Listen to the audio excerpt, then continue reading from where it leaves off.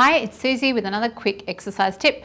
Now this week I'm going to show you a bridge exercise, and I'm going to talk about a couple of different ways that you can perform the bridge exercise and which muscles this will tend to strengthen based on some recent research that was done looking at the activity of the various muscles around the thigh and the hip area.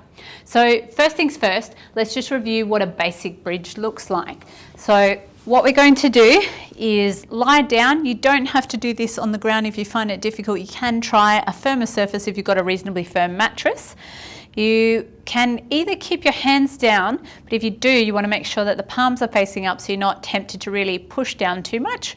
Or alternatively, if you want a little bit more of a challenge, keep your hands off the ground so that you're not tempted to push down and you have to use your hips and your trunk muscles to stabilize.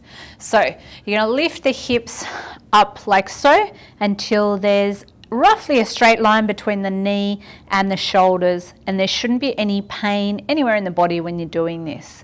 So the researchers who looked at the muscle activity looked at a couple of different conditions to find out what muscles were most active. This first position, which I showed you, was with the ankles in more of a flexed position. And they said that when you're using this position, that it tends to activate the back of the thigh muscles, the hamstrings, and the glute muscles as well. Now, in contrast to this, if you change and take the pressure off your toes and focus on pushing down through the heels, the glute muscles are still active, but they found that the thigh muscles at the front, the quadriceps, tended to increase their activity, and it took a bit of load away from the hamstrings. Now, the other condition that they had a look at was both of those with the leg elevated like so. And as soon as we elevate the legs, we start to increase the engagement of the muscles at the side of the hips, so the glute medius muscles. But the other muscles they found this really worked for were the inner thigh muscles, which are called the adductors, and some of the crossover trunk muscles known as the obliques. So both feet down,